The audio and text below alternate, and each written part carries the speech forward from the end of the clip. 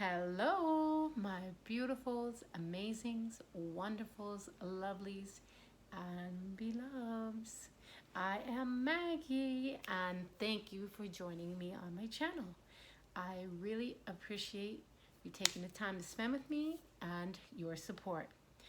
So, with that, right now, hit the like, hit subscribe, and leave your positive comments. I really appreciate them. Okay, so what we're doing this beautiful slow crawl through Excuses Be Gone by Dr. Wayne Dyer. Why are we doing this? Okay, we're doing this because it's a book on how to change lifelong self-defeating thinking habits. And if you even pick up one tool out of this book and practice it, it could change your life, or it could change the lives of those around you, because a lot of you are practitioners and you're helping others to heal. So I am wishing you the best. Okay, we are in part 2, and we are currently in chapter 6. So chapter 6 is the third principle, now. Okay, so we're going to pick up where we left off. So here we go. The ego is a false self that believes in its separation. It strives to acquire and to achieve, and it constantly is in search of more. Just as it can't coexist with awareness and alignment, it can't survive in the now. When you luxuriate in the moment, it's impossible to ask for anything else, let alone more. The essence of living in the present is total acceptance of precisely what is here. Your mind doesn't wander to what used to be, what ought to be, or what's missing.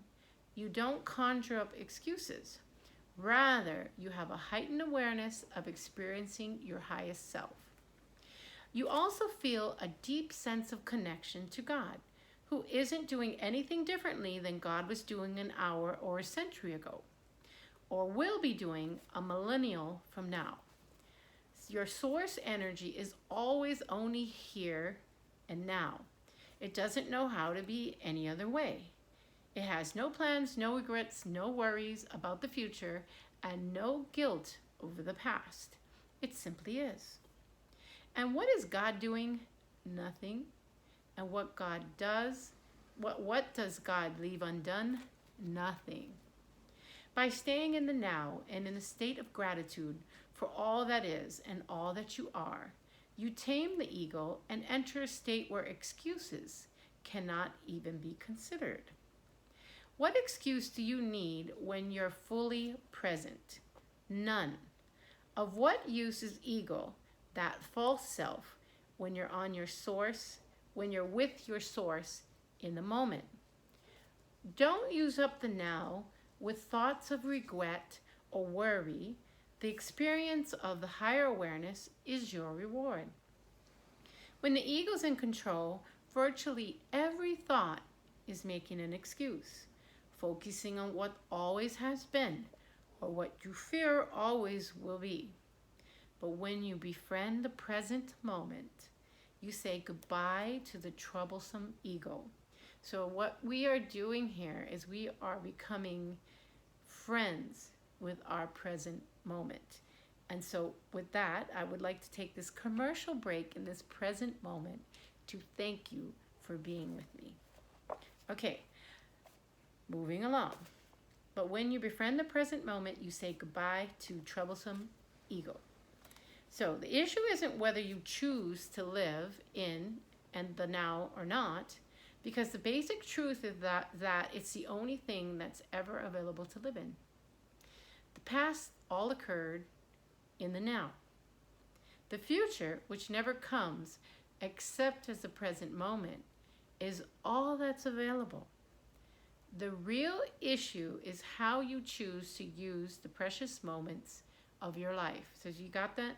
Your life is precious. Wherever you are, if you're in the light on the top of the mountain or you're in the darkest night of the soul, I want you to hear me. The real thing is that you choose to use up the precious moments of your life wisely. You can choose higher awareness and suspend ego-dominated past, future thoughts, eliminating your reliance on excuses. Full immersion into the essence of the now is when you truly come face to face with your source of being. And this is the great value of learning to become fully present. So, I don't know if this is further on, but I'm just going to say this. Practice as you are going through your life. Where am I? Am I in the now? Am I actually here right now listening to Maggie? When I am brushing my teeth, am I in the now? When I'm talking to people or listening to people, am I in the now? Just put a check on yourself and see where you are as you flow through life. It can be a very interesting exercise. And when you find yourself using the present moment to feel, shame, guilt, or things in the past, and you're just recycling that through so you can feel crappy, we want to, take this moment to end those programs. Because if you've got something, you did something you're not proud of, it needs changing, you want forgiveness, let's lay it down and let's work through it, and let's leave it in the past. We don't want to keep looking back like Lot's wife and turning into stone. We want to learn from these stories. We want to look towards the future, and we want to look, the now is the only moment we have. So in this present moment now, we are creating everything. So let's, as my friend Josiah Brunt would say, imagine wisely. Okay, so we want to use the present moment to imagine wisely, to see the best possible lives for ourselves and others, and use those beautiful imaginations and hearts and souls and minds and bodies to do wonderful things in the now. All right, I want to thank you so much for joining me. And right now, hit that like, hit subscribe, and leave your positive comments. I so look forward to hearing from you.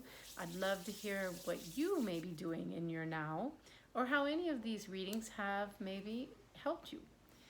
All right, well, I hope you're having a great day. Thank you so much for supporting me. And you know what's next? I love this. Ready? Peace in, peace out.